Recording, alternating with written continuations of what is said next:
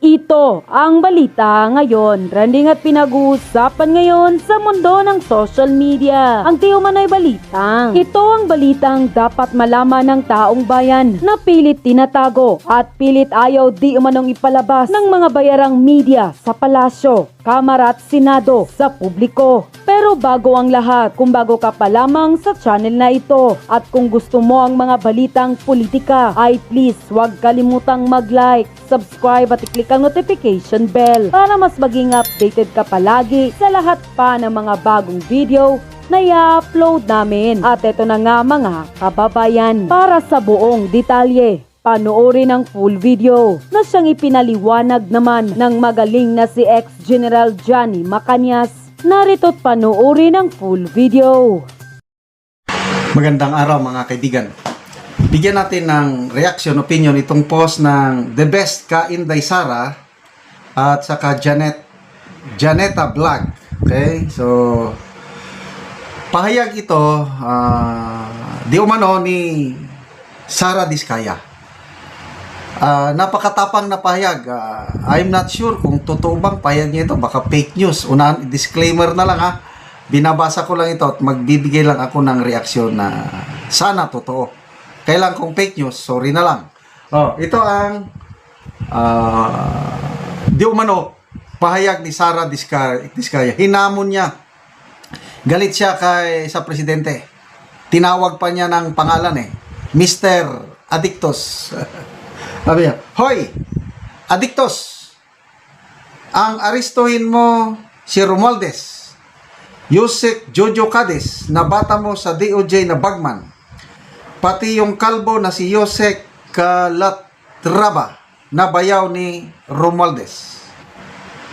Alam mo, BBM, kahit ipakulong mo lahat ng tao, pero kung si Romualdez hindi mo magalaw, tandaanan mo, Mr. Adictos, walang maniniwala sa iyo. Nanay mong kurap lang at asawa mong mukhang palaka na coke user lang ang bibilib sa pagkangagba mo." Sabi naman. Ano sa tingin nyo? Totoo bang pahayag ito ni Mrs. Sara Diskaya? Parang halos hindi ako makapaniwala. Kaya paumanin na lang kung fake news ito, nabiktima lang ako itong post. The Best ka Inday Sara at Janetta Vlog. Okay. Anyway, kung totoo man ito, ang nakita, okay, hindi santo itong dalawang Diskaya yung mag-asawa. Pareha sila ni Saldico, may kasalanan. Kaya lang hindi sila yung mga mastermind. Itong mga kontraktor, sabi nga ni Senator Marcoleta nung siya pa yung chairman ng Blue Ribbon Committee, they are the least guilty mga contractors. Kasi tatlo yan pyramid o triangle. Mambabatas, DPWH officials, and contractors. So, sa mga expose ni na Mayor Magalong, ang pinaka-utak ay ang mga mambabatas. Tapos, ginagamit nila ang mga DPWH. Ang DPWH namimili naman ng contractors para maisakatuparan yung project, either substandard or ghost project. Kaya, sayang, kung nagtuloy-tuloy lang sana si Senator Marcolita as Blue Ribbon Committee Chairman, baka marami nang naibulgar.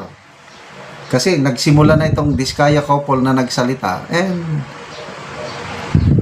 hindi naman lahat pinapaniwalaan ko. Kailang marami sa mga pahayag nila ang pinapaniwalaan ko. So ngayon, mayroon ng utos ang Pangulo na aristuhin sila. Kasi dahil daw sa substandard o ghost project ba sa Davao Occidental, na silang kontraktor, kaya pinapaaresto na sila. So, baka itong pahayag na ito ni Mrs. Sara Diskaya, reaksyon niya na doon sa utos na aarestuhin na sila. Meron pa ngang post ng Philippine Star na PNP, pinag-utos na arestuhin BP Sara Diskaya. Naibutang nila ang BP Sara. Kasi parehas Sara eh. Oh. So, anyway, itong mga sinasabi ni Mrs. Diskaya, kung totoo man ito, is it makes sense. Itong Romualdez, yan. Ibinulgar ng PCIG report na kasama niyan si Sandro Marcos na king of pork barrel dahil bilyones ang nakukuha nilang pork barrel o allocables galing sa DPWH.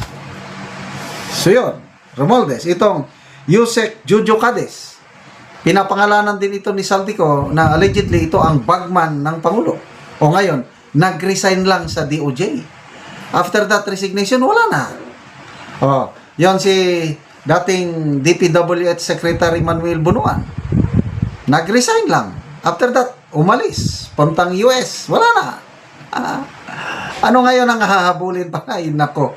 Napaka-inefficient, incompetent ang gobyernong ito sa paghabol ng mga pinaghihinalang nagnakaw sa kaban ng taong bayan. Sino ba ito? Yusek Calatrava. Kaya kahit ipakulong mo lahat, sabi niya, ibig sabihin, yan, maipakulong ng Pangulo si itong mag-asawang Diskaya, maipakulong niya yung mga taga-DPWH. Granting, maipakulong din nila si Saldico kung mahuli. Kung hindi mo ginalaw si Martin Romualdez, walang maniniwala sa iyo. I agree. Agree. Yung ginagawa ni Saldico, hindi niya magagawa pag walang pagtugot ni Martin Romualdez. As simple as that. Oh, tanong. Yun bang ginagawa ni Martin? Walang kinalaman ng Pangulo? It's either, sabi ni Professor Winnie Bonsod, it's either incompetent or walang kaalam-alam or stupid ang Pangulo kung hindi niya alam yung nangyayari. Ganon din ang pahayag ni Congressman Edgar Erese na the President has committed an impeachable offense for allowing the insertion of halos 1.2 billion of funds sa budget 2023, 2024, and 2025. Incompetent kung hindi niya alam yun. Or complicity kung alam niya at pinabayaan lang. So, sige po, Mrs. Sara Diskaya, kung anong itinanim, yun ang anihin, sana tularan nyo si Saldico, ilabas nyo na lahat ang nalalaman nyo. Huwag kayong papayag na kayo lang. Bigyan natin ng reaction, opinion, itong article na publish sa GMA News Online. Isa na naman itong sampal sa mukha sa administrasyong ito dahil data mismo sa gobyerno, Philippine Statistics Authority, lumalabas, dumarami ang bilang ng mga unemployed Filipinos.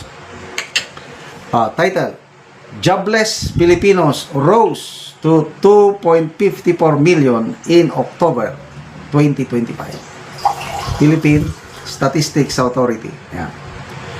The number of Filipinos without jobs or livelihoods increased to over 2 million in October 2025 according to the results of the Philippine Statistics Authority latest labor force survey.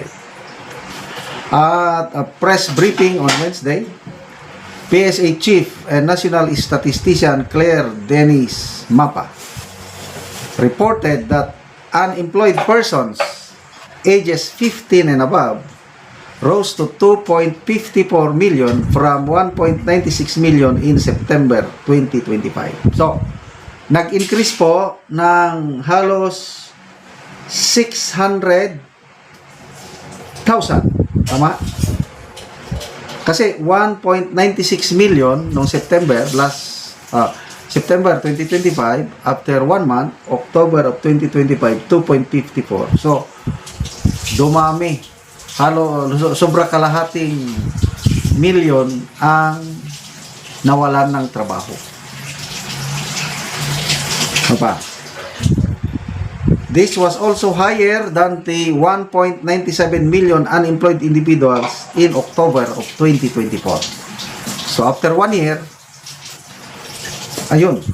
So biglang tumaas as a percentage of 51.16 million participants in the labor force who are actively looking for labor opportunities during the period. The number of jobless persons translated to an employment rate of 5%, up from 3.8% in September of 2025. So 3.8 to naging 5%. Ano pa? This means 50 in 1,000 individuals do not have jobs or livelihoods during the period. The number of employed persons, however, increased year on to year. Anyway, ito kasi, bakit biglang tumaas, ano? 600,000, ang laki. Dahil na ito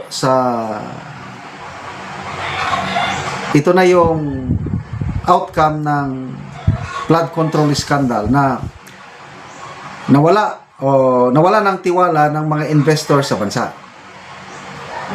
Walang pumapasok o kung meron man kakaunti. Sabi nga ng governor o head ng Employers Confederation of the Philippines,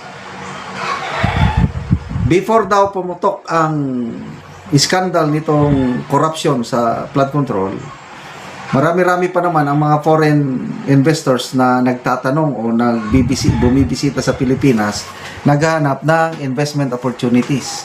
Ngayon daw is wala na, as in zero.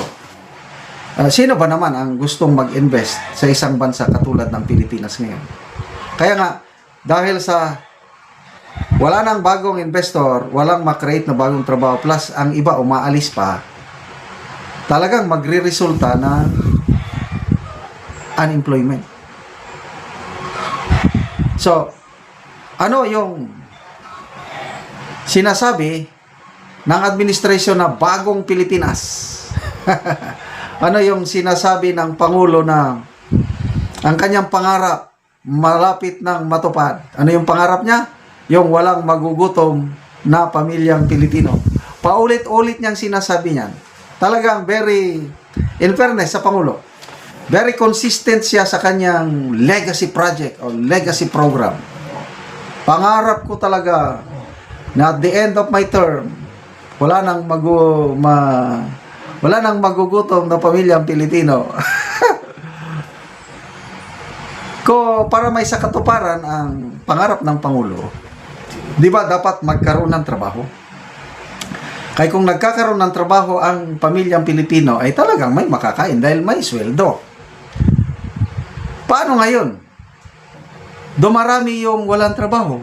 Anong resulta sa pagkain? Ay di, ang resulta nun, padami ng padami ang bilang ng pamilyang Pilipinong nagugutom. Kaya nga, sa survey pa rin ng survey na ito ng SWS, tumaas ang bilang ng nagugutom na Pilipino. Ito naman is nung second quarter of this year, nasa 16.1% ang nagsabi naka-experience sila ng gutom. Tumaas itong September na survey, naging 22% na ang nagsabi na naka-experience sila sa gutom. So, yung joblessness at saka gutom, nagkakasama yan. Habang pakaunti ang trabaho, dumarami ang mga unemployed persons, normal, natural, padami ang bilang ng nagugutom na pamilyang Pilipino. Pati yung yung poverty rate tumataas din. Sa survey ng SWS, tumataas ang So, ano ang kinabukasan ng Pilipinas? Sabi ni Executive Secretary Ralph Recto, better days are ahead daw sa Marcos administration. Inaamin nila na nalugmok ang ekonomiya ngayon dahil nga sa flood control scandal. Kaya lang, makakabawi daw next year. O, sige, tignan natin. Sana magdilang anghel ang Executive Secretary, sana magdilang anghel ang Pangulo na magkatotoo sabi niya na at the end of his term, wala nang magugutom. Paano kaya mangyari yun? At yun na nga mga kababayan, ano na ang masasabi mo?